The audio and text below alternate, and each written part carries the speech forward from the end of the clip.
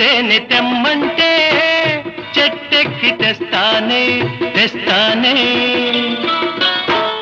మిన్నాగు మణినైనా పుట్టలోంచి తీస్తానే తీస్తానే